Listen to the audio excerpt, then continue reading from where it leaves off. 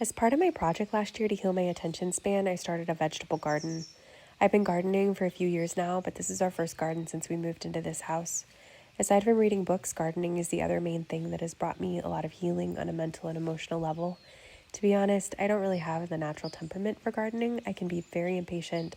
I want instant gratification and I get frustrated by setbacks. I used to try to speed the process along by buying more mature plants and trying to throw money at problems. But after spending too much on a summer garden last year and having a lot of it fail, we're changing our approach. The plan's simple. We're going to grow as much as possible without spending a single dollar. Whatever we can do for free, we'll do. If we can't do it for free, we won't.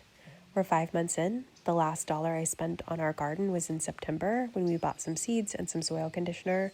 For the rest of the year, we're using seeds we saved from last year, got for free from the library, or traded with friends. We also learned that our city has a free local mulch and compost program, which we plan to use in addition to our own compost pile.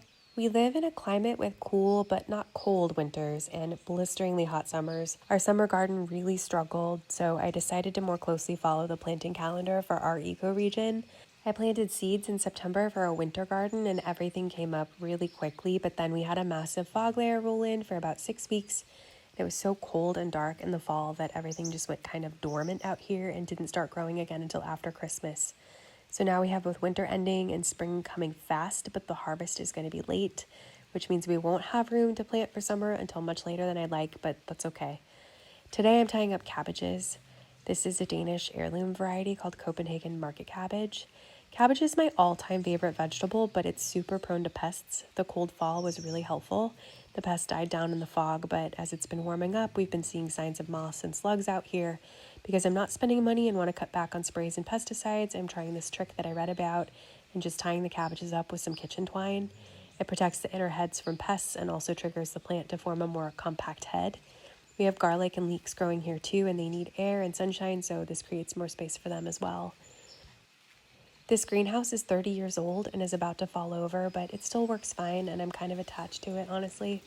We use it to store our tools and to propagate plants and start seedlings.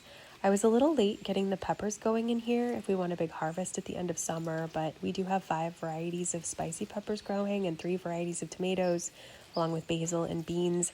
These are all reused trays and seedling pots and leftover compost mix. For the tags, I just cut up the old plastic pot I was going to throw away and marked them with a Sharpie. This is our toddler's toy watering can. I'm just using what I have here. Growing from seed is so satisfying and is a practical reminder that all you need to grow food is water, warmth, light, and soil. That's it. And when you realize what a miracle that is, it's pretty motivating. We have a lot of herbs growing, like lavender and lemon balm, dill, and parsley. This time of year, we also get thousands of these tiny little violas. They're called heartsease or Johnny jump ups. They grow this beautiful carpet all over the back of the yard. I like to collect the blossoms and make a cordial from the purple petals. It's a medieval recipe that's said to cure heartache.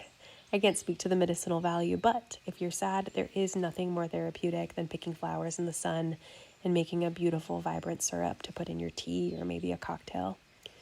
We're lucky to have fruit trees back here too. This big orange tree is stuck on a pattern where it fruits heavily every other year.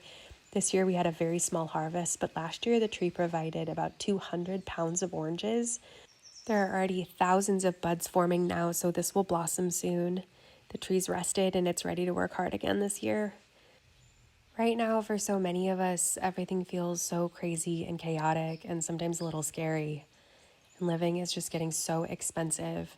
And for me, this garden is a place where I come to get away, to feel grounded and calm. It's a place to provide for friends and family. It's also about embracing simple pleasures and challenges that make life feel so rich and full and rewarding. If you want to try gardening, my only advice is just to start.